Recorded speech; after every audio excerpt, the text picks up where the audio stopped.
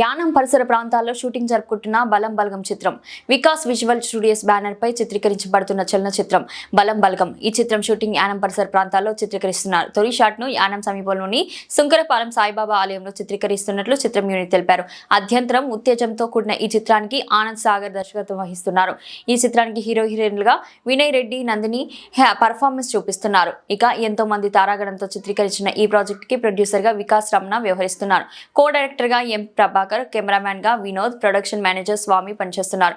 యానం పరిసర ప్రాంతాల్లో రూపొందుతున్న సరికొత్త కమర్షియల్ చిత్రం ప్రేక్షకులను ఆకట్టుకుంటుందని దర్శకులు ఆనంద్ సాగర్ ఆకాంక్షిస్తున్నారు. షూటింగ్ పూర్తి చేసుకుని త్వరలోనే ప్రేక్షకుల ముందుకు రానుందని, చిత్రాన్ని ప్రతి ఒక్కరూ ఆదరించాలని దర్శకుడు ఆనంద్ సాగర్ అభిమానులను, ప్రేక్షకులను SR6 న్యూస్ మీడియా ద్వారా కోరారు. ప్రేక్షక దేవుళ్ళందరికీ నమస్కారం. ప్రస్తుతం మేము యానం ప్రక్కన ఉండేటటువంటి నీలపల్లి అనే గ్రామంలో ఈశ్వరాలయంలో షూటింగ్ చేస్తూ ఉన్నాము. దీనికి సంబంధించిన వివరాలు ఏంటి అని అంటే, వికాస్ విజువల్ స్టూడియోస్ అనేటటువంటి బ్యానర్ మీద బలం బలగం అనేటటువంటి మూవీని చేస్తున్నాము.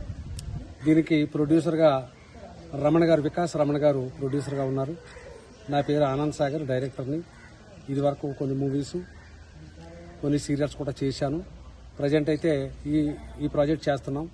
దీనిలో మరి నాకు ఈ అవకాశం ఇచ్చినటువంటి ప్రొడ్యూసర్ గారు రమణ గారికి ముందుగా ధన్యవాదాలు తెలియజేసుకుంటూ, నా ఈ చిత్రంలో నటించడానికి, హీరోగా నటించడానికి మరి వినయ్ రెడ్డి, హీరోయిన్గా నందిని నటిస్తూ ఉన్నారు.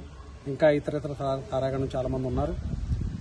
మరి నాకు ఈ కార్యక్రమంలో, ఈ షూటింగ్లో కుడిభుజంగా ఉండి నాకు ఎంతో సహకరిస్తున్నటువంటి మేనేజర్ స్వామి గారికి, మరి నా టీం సభ్యులందరికీ కూడా ప్రత్యేకించి ధన్యవాదాలు తెలియజేసుకుంటున్నాను.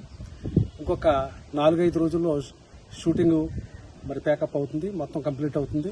త్వరలోనే ఈ సినిమాని రిలీజ్ చేయడానికి మేము ప్రయత్నాలు చేస్తాము. దయచేసి మా ప్రయత్నాన్ని మీరు అందరూ కూడా ఆశీర్వదించి రేపు రిలీజ్ తర్వాత దీన్ని ఆదరించాలని ప్రేక్షకులందరికీ కూడా మనవి చేసుకుంటున్నాను. Thank you.